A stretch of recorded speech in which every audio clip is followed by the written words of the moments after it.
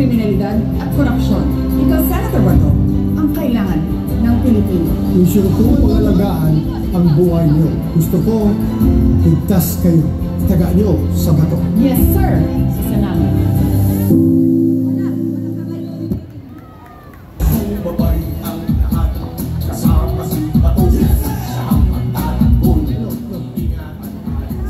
Magandang gabi sa ating lahat! Ano, magmatamlay kayo dyan? Sige, para sumaya kayo! Binigyan na kami ng 7 minutes. Uy! 6 na lang! Kantahan ko kayo ng 5 minutes, tapos magsalita ko ng 1 minute. Sige!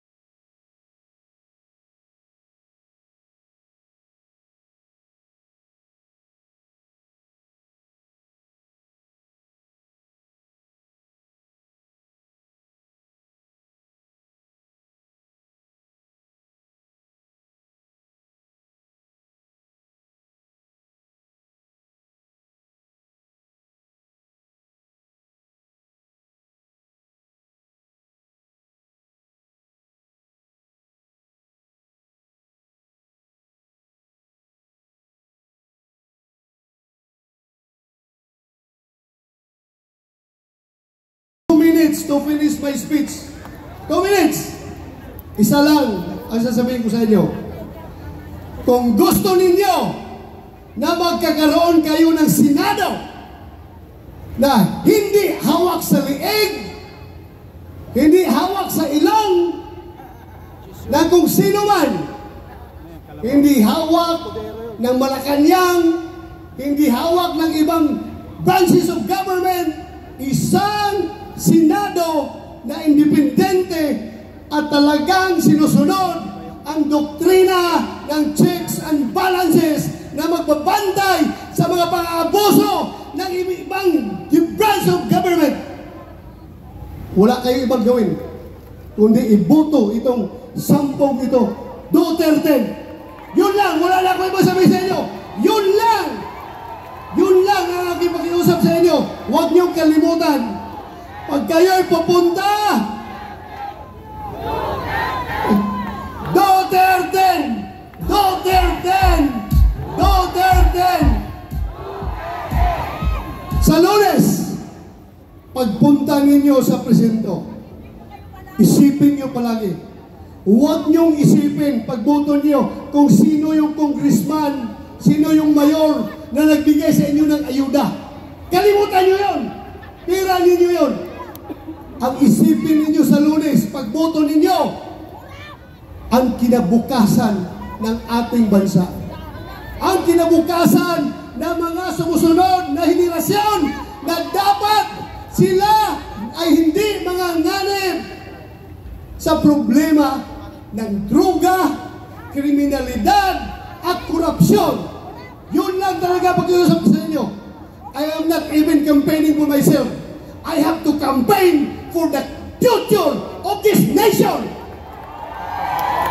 Kung tayo magkakaroon ng mga mababatas na ang iniisip ay puro bulsa lamang, goodbye Philippines.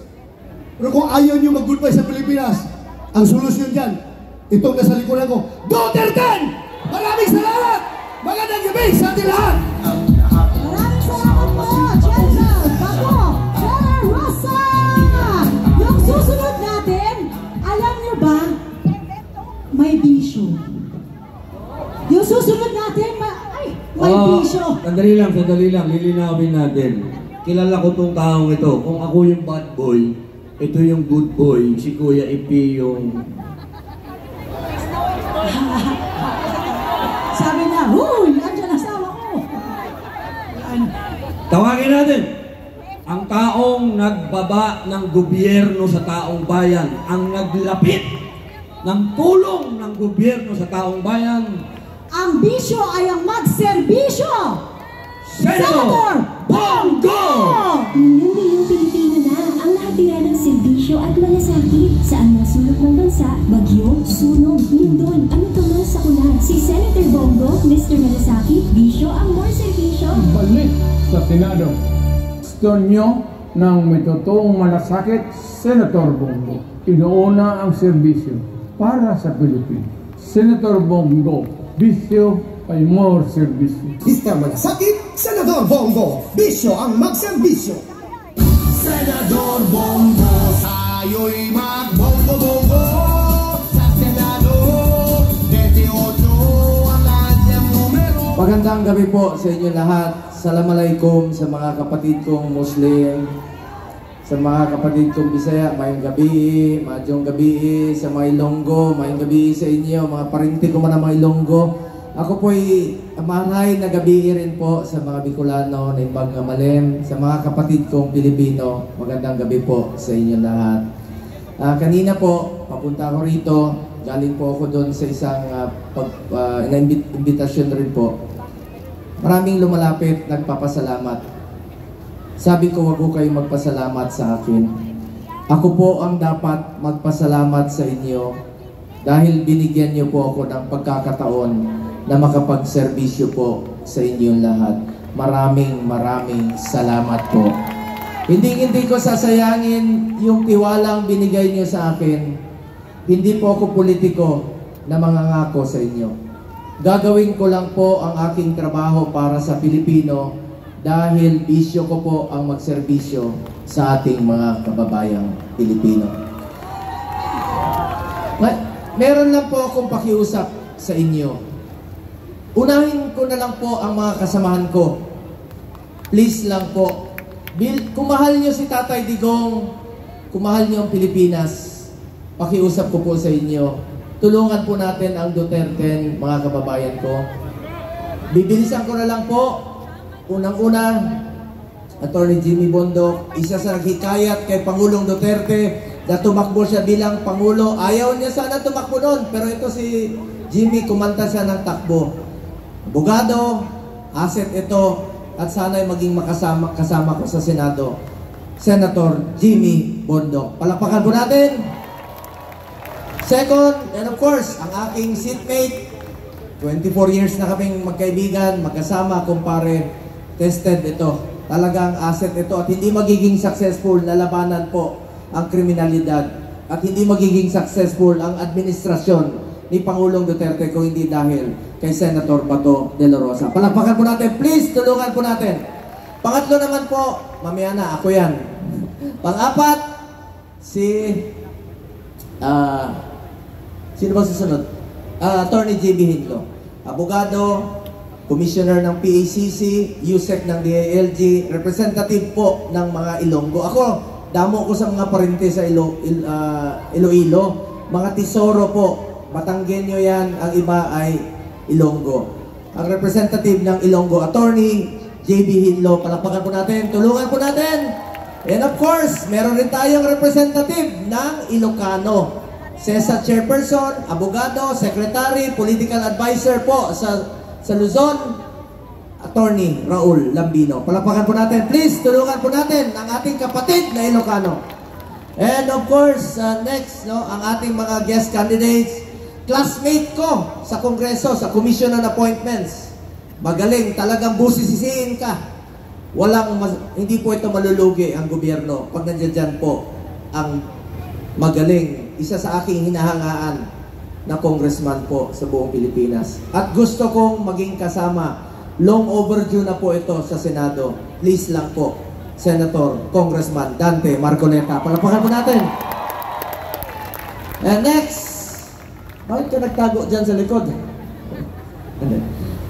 Best friend po ni Pangulong Duterte. Mas una pa itong naging magkaibigan sila, magkasama ni former Mayor Rodrigo Duterte. Ang kanyang spiritual advisor, alam niyo, mabait, matulungin po. Isa po ang kanilang layunin ni Pangulong Duterte, tumulong talaga sa mga mahirap. Pastor Apollo, si Kibuloy. Tulungan rin po natin.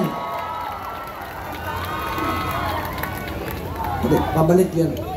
And eto, abogado, pag na-appoint ka sa pagiging executive secretary, yan po yung little president. Galing ako dyan ASAP noon.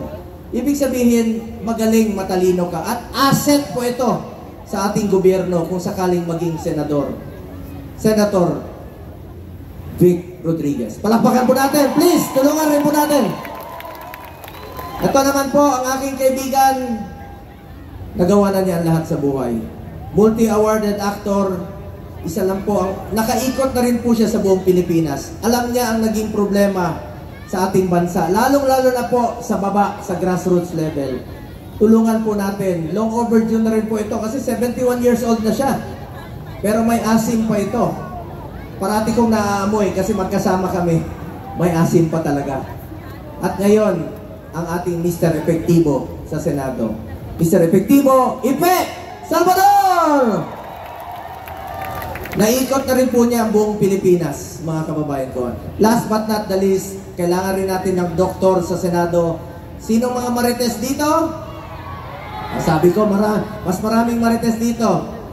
Doktor, kailangan natin ng doktor sa Senado. Walang doktor At meron po ako magiging kasama sa health, di ba? Dr. Richard Mata, palakpakan po natin! Ako naman po, bilang inyong senador, I have authored 18 laws. I have principally sponsored 84 laws including upgrade of public hospitals. I have co-authored and co-sponsored 189 laws at wala po akong absent sa Senado sa loob po ng 6 na taon. Makikita niyo ako nandiyan sa Luzon, Visayas, Mindanao. Hindi ko po matiis na nakaupo sa opisina habang nangangailangan po ang ating mga kababayan. Ilapit po natin ang serbisyo ng gobyerno sa ating mga kababayan, lalong-lalo na po sa kalusugan. Bilang chairman ng health, malasakit centers, super health centers, at regional specialty centers. Chairman din po ako ng sports. Ilayo natin ang mga kabataan sa illegal na droga. Proud lang ako bilang chairman ng sports. Dati kulela tayo. Ngayon po, nakamit natin ang first ever gold sa 2020 Tokyo Olympics. At nakadalawang gold tayo sa Paris Olympics. Suportahan natin ang ating mga atleta. Chairman din po ako ng Committee on Youth sa mga kabataan. Kayo po ang kinabukasan ng bayang ito. Mag-aral po kayo ng mabuti. Edukasyon po, unahin ko rin po pagdating ng panahon. Naging prioridad po ni dating Pangulong Duterte ang education. Ang dami pong magagandang programa ni dating Pangulong Duterte. Free education, pinangako niya. Department of Migrant Workers, para sa mga migrant workers. Alam nyo, ginawa po ni Pangulong Duterte ang trabaho niya para sa Pilipino. Patuloy po natin siyang ipagdasal. Patuloy po natin ipagdasal ang kanyang kalusugan, kaligtasan at kalayaan. Huwag ho tayong tumigil hanggang hindi siya makauwi po dito. Ang kapanalunan po ng Duterte ay kapanalunan po ng Pilipino. Nakikiusap po ako sa inyo lahat. Duterte! Duterte!